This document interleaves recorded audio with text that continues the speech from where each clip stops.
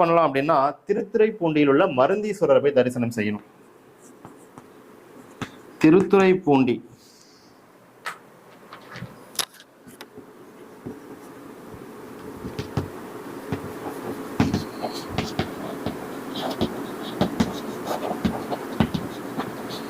நம்ம திருத்துறைப்பூண்டியில் இருக்கக்கூடிய மருந்தீஸ்வரர், இது வந்து திருவாரூர் மாவட்டத்தில் பக்கம் இருக்கு. இந்த மருந்தீஸ்வரரை போய் நீங்க தரிசனம் செஞ்சீங்க அப்படின்னா கண்டிப்பா வந்து இந்த செவ்வாய் நாள் முடக்கு நாள் பாதிச்சு உண்ட அத்தனை காரியங்களையும் உங்களால் நிறைவாக அனுபவிக்க முடியும். நீங்கள் எடுத்த காரியங்களை வந்து கண்டிப்பா வந்து ஃபுல்ஃபில் பண்ண முடியும். சரிங்களா? ஸோ நீங்க வந்து இந்த ஆலயத்துக்கு போகணும். இந்த ஆலயத்துக்கு வந்து எப்போ போகணும் அப்படின்ற ஒரு கணக்கு இருக்கு. குறிப்பா வந்து கரணத்தின் அடிப்படையில் பவக்கரணம் என்பது நடைமுறையில் இருக்கும்போது போகணும். பவக்கரணம் மொத்தம் 11 கரணங்கள் இருக்கு. இந்த 11 கரணங்கள்ல பவக்கரணம் என்பது நடைமுறையில் இருக்கும்போது போகணும். நாமயோகங்கள் அடிப்படையில் சுகர்மம், சித்தி, பிராமியம் இந்த 3 நாமயோகங்கள் பயன்பாட்டில் இருக்கணும். அதே சமயம் அது வந்து நல்ல யோக பலனை வழங்கக்கூடிய நிலையிலும் இருக்கணும். அதான் வெரி இம்பார்ட்டன்ட். அப்போ வந்து போகும்பொழுது கண்டிப்பா இந்த முடக்க கிரகம் செவ்வாயினால் வரக்கூடிய பாதிப்புகளை வந்து நிச்சயமாக வந்து நீங்கி உங்களுடைய வாழ்க்கையில ஒரு நற்பலனை வந்து உங்களால எய்திட முடியும். அதே மாதிரி இந்த மேச வீட்டுக்குள்ளார வந்து 3 நட்சத்திரங்கள் வந்து இருக்கு.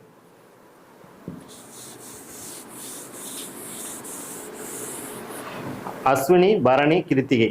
இந்த மேச வீட்டுக்குள்ளார 3 நட்சத்திரங்கள் இருக்கு. அந்த நட்சத்திரங்கள்ல 9 கிரகங்கள்ல யார் வந்து நின்னாலும் சரி, உங்க முடக்க அதிபதியே வந்தாலும் சரி, இந்த முடக்க கிரகம் தசாபுத்தியே நடத்தினாலும் சரி, அது உட்காந்து பாதிப்பு கொடுத்துச்சுன்னா அதற்குண்டான வழிமுறைகளையும் நம்ம வந்து பார்த்துடலாம். இப்ப மேச வீட்டுல வந்து அஸ்வினி என்ற நட்சத்திரம் இருக்கு,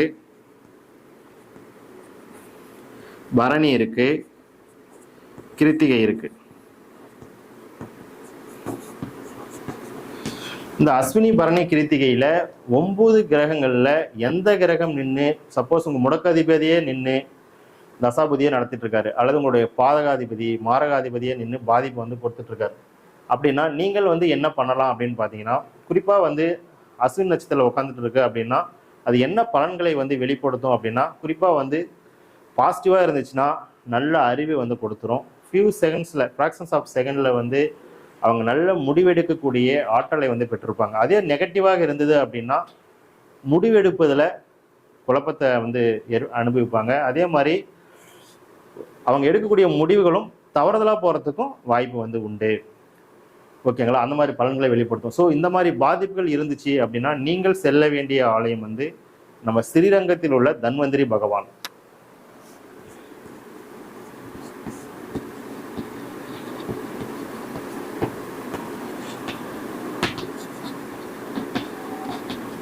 நம்ம ஸ்ரீரங்கத்தில் உள்ள தன்வந்திரி பகவான் இந்த ஆலயத்துக்கு போயிட்டு வந்தீங்கன்னா அதனால வரக்கூடிய பாதிப்புகள்லாம் தவிடு பொடியாகிவிடும், சரியாயிடும்.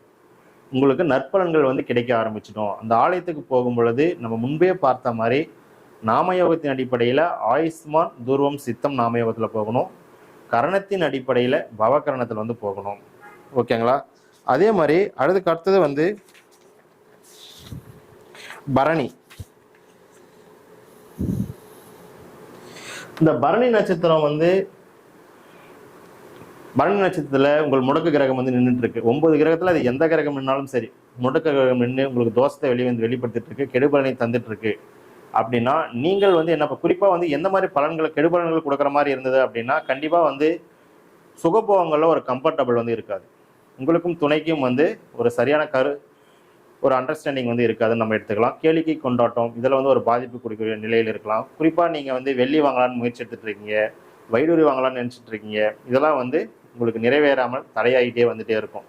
சரிங்களா? அதே மாதிரி வேற என்ன ஒரு வண்டி வாகனம் வாங்கலான்னு இருக்கீங்க, அல்லது வண்டி வாகனம் வாங்கிறீங்க, அடிக்கடி விபத்துக்கள் உள்ளாகுது, இது போன்ற பிரச்சனைகள்லாம் இருக்கிறீங்க அப்படின்னா நீங்கள் என்ன செய்யலாம் அப்படின்னா நம்ம பழனிமலை அடிவாரத்தில் இருக்கக்கூடிய திரு ஆவினன்குடியில் இருக்கக்கூடிய வேலாயுத சுவாமியை போய் தரிசனம் செய்யணும்.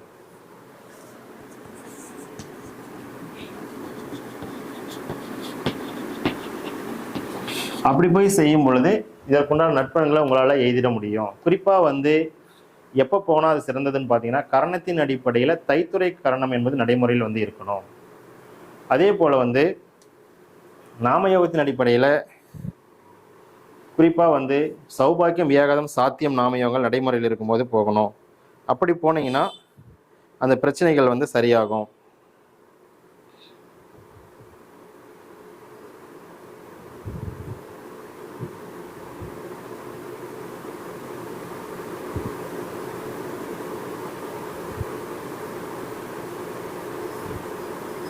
ஓகேங்களா? அப்படி போகும்போது அந்த பிரச்சனைகள் வந்து சரியாகும். அடுத்து வந்து கிருத்திகை நட்சத்திரம். இந்த கிருத்திகை நட்சத்திரம் வந்து ஏதாவது ஒரு கிரகங்கள் வந்து பாதிப்பு கொடுத்துச்சுன்னா, குறிப்பா வந்து பூர்வீகத்துல வந்து ஒரு பிரச்சனையை கொடுத்துரும்.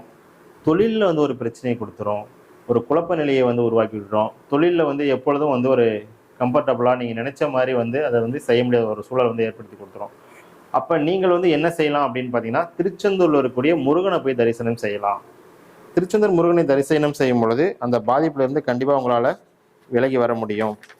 அதே மாரி கண்டிப்பா அந்த கிருத்திகைலாம் பாதிக்கப்பட்டுச்சு அப்படின்னா, நோய் தரக்கூடிய நிலையில் வந்துருச்சு அப்படின்னா, கண்டிப்பா கண் சார்ந்த பிரச்சனைகள குடுக்குறோம். வெப்பம் சார்ந்த பிரச்சனைகள வந்து கட்டாயம் கொடுத்துரும். இந்த மாரி பிரச்சனை அதே மாரி குறிப்பா வந்து அடிவயிறு, அஜீரணம், செரிமான கோளாறு இதெல்லாம் வந்து ஒரு விதமான பாதிப்புகளை வந்து குடுக்கும். இந்த மாரி பாதிப்பெல்லாம் நீங்க அனுபவிச்சுட்டு இருக்கீங்க. இந்த மாரி பாதிப்பெல்லாம் உங்களுக்கு இருந்துட்டு இருக்கு அப்படின்னா, நீங்கள் வந்து செல்ல வேண்டிய ஆலயம் வந்து திருச்செந்தூர் முருகன்.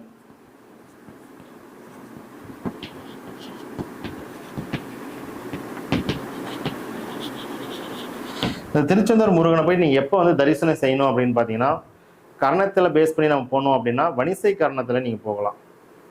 நாமயோகத்துல போகணும் அப்படின்னா, சோபனம், அர்சனம், சுபம் இந்த நாமயோகங்கள் வந்து பயன்பாட்டில் இருக்கும்போது வந்து போகலாம். இப்படி போயிட்டு வந்தீங்கன்னா, இந்த வீட்டுக்கு உண்டான முடக்கு தோஷமும் சரியாயிடும். அந்த வீட்டுக்குள்ளார நட்சத்திரங்கள் பாதிச்சிருந்தாலும் சரியாகும். அந்த காரகங்கள உங்களால முழுமையாக அனுபவிக்க முடியும். இதற்குண்டான வழிமுறைகள நம்ம ஃபுல் டீட்டெயிலா நம்ம வந்து பார்த்துருக்கோம். எல்லாரும் வந்து யார் யாருக்கு என்னென்ன கிரகங்கள் முடக்க கிரகம்னு சொல்லிட்டு பதிவு பண்ணுங்க. நான் சொல்லக்கூடிய டீட்டெயில்ஸ்லாம் ஒரு நோட்டு பென் எடுத்து கண்டிப்பாக நோட் பண்ணிட்டு வாங்க. ரொம்ப அற்புதமான தகவல்கள் வந்து நம்ம இன்னைக்கு கொடுத்துட்ருக்கோம். சரிங்களா? நம்ம அடுத்த வீட்டுக்கு போயிடலாம். ஜி கட் பண்ணி போடணுமா? ஓகே.